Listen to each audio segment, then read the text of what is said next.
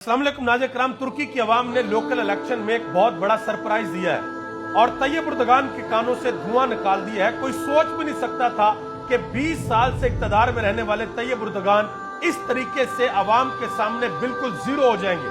Tayyip Erdogan तुर्की की वो शख्सियत है कि जिनको आवाम बहुत ज्यादा पसंद करती थी, लेकिन सिर्फ ये गलती की।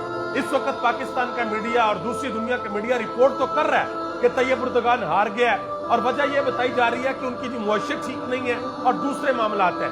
हालांकि सच सब जानते हैं, लेकिन सच को रिपोर्ट नहीं किया जा रहा। मैं आपको बता देता हूं कि असल वजह क्या है कि तैयब एर्दोगान की आवाम ने उनके पीछे खड़े होने से इनकार क्यों किया है। और जो सबसे बड़ा शहर है, जो इस्तांबुल है, जहां की आबादी तकरीबन 1.4 करोड़ है, और उस शहर के बारे में यह कहा जाता है कि जिसके पीछे इस्तांबुल खड़ा हो जाए वो तुर्की का प्रेसिडेंट बन जाता है।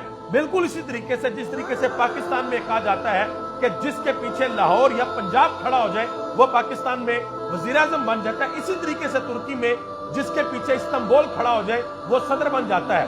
अब इस्तांबुल की आबादी है 1.4 करोड़ और पूरे तुर्की की आबादी है 8.4 करोड़। अब आप अंदाजा लगाएं कि इस्तांबुल में तैयब एर्दोगान को 10 लाख वोटों से शिकस्त हुई है। और ओवरऑल अगर आपको मैं रिजल्ट बताऊं तो 81 शहरों में से सिर्फ 24 शहर तैयब एर्दोगान जीते हैं। बदतरीन शिकस्त हुई है, उन्होंने अपनी शिकस्त को मान लिया है और जो उनकी ओपोजिशन थी वो 35 शहरों में विन कर गई है। जो बड़े बड़े शहर हैं वो 5 शहर उन्होंने जीत लिए हैं और 5 शहर जीतने का मतलब ये है कि आप सीधे सीधे अगले सदर बनने के लिए जा रहे हैं और तैयब एर्दोगान के इक़्तिदार का खात्मा होने के लिए जा रहा है। अब मैं आपको यह बताने के लिए जा रहा हूं कि तैयब एर्दोगान के इक़्तिदार का खात्मा क्यों होने के लिए जा रहा है। आज से 2-3 साल पहले जो तुर्की की जो इकोनॉमी है वो तो नीचे गई हुई है, लेकिन अभी रिसेंट इलेक्शन में तैयब एर्दोगान जीत गए थे तो उस वक्त भी तो महंगाई थी, उस वक्त भी इकोनॉमी का मसला था। लेकिन अब क्या हुआ है, लोकल इलेक्शन में तैयब एर्दोगान की आवाम ने नाको चने क्यों चबवाए हैं। उसकी सबसे बड़ी वजह यह है इस्राइल और फलस्तीन का कॉन्फ्लिक्ट।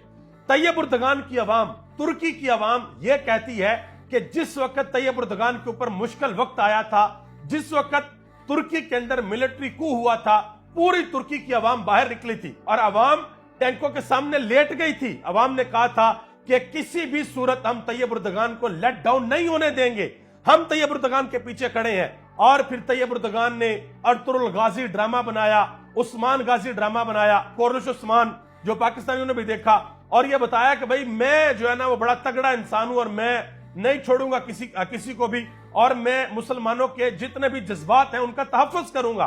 और फिर क्या हुआ, फिर ये जो कॉन्फ्लिक्ट जारी है, इस कॉन्फ्लिक्ट में तुर्की की आवाम ये चाहती थी कि सिर्फ बातें ना की जाए, जाके जफ्फियां पप्पियां ना डाली जाए, सिर्फ अक़वाम मुत्तहिदा के अंदर जाके तकरीरें ना की जाए, बल्कि अमली सबूत दिया जाए। जिस तरीके से तुर्की ने अजरबैजान और आर्मीनिया की कॉन्फ्लिक्ट के अंदर दिया था, अपने ड्रोन भेजे थे, सारी मदद की थी, तो तुर्की की आवाम यह चाहती है कि इस कॉन्फ्लिक्ट के अंदर भी तैयब एर्दोगान सही साइड पर खड़े हो। लेकिन तैयब एर्दोगान यहां पर न्यूट्रल हो गए, सही साइड पर खड़े नहीं हुए। और इसके अलावा और भी जो आलम इस्लाम है, आप पूरे के पूरे मिडल ईस्ट को देख लें, आप सऊदी अरब सबसे बड़ी मिसाल है, यूएई को देख लें, कतर को, कुवैत को, पाकिस्तान को देख लें, सारे के सारे न्यूट्रल हुए पड़े हैं। और आने वाले दिनों में आप देखेंगे जिस मुस्लिम मुल्क के अंदर इलेक्शन होंगे वहां पे जो रहनुमा जो है वो सही साइड पे खड़ा नहीं हुआ, उसको बदतरीन शिकस्त होगी। अब तैयब एर्दोगान के इक़्तिदार का बिल्कुल खात्मा हो गया। अभी 4 साल इनके पास हैं, इन्होंने 4 साल इक़्तिदार के अंदर रहना है और उसके बाद वैसे भी इनकी एज अ प्रेसिडेंट आखिरी टर्म है और उसके बाद इनको घर जाना पड़ेगा और कोई और पार्टी आएगी और वो जो पार्टी है वो सेकुलर पार्टी है। तैयब एर्दोगान साहब ये दावा करते थे कि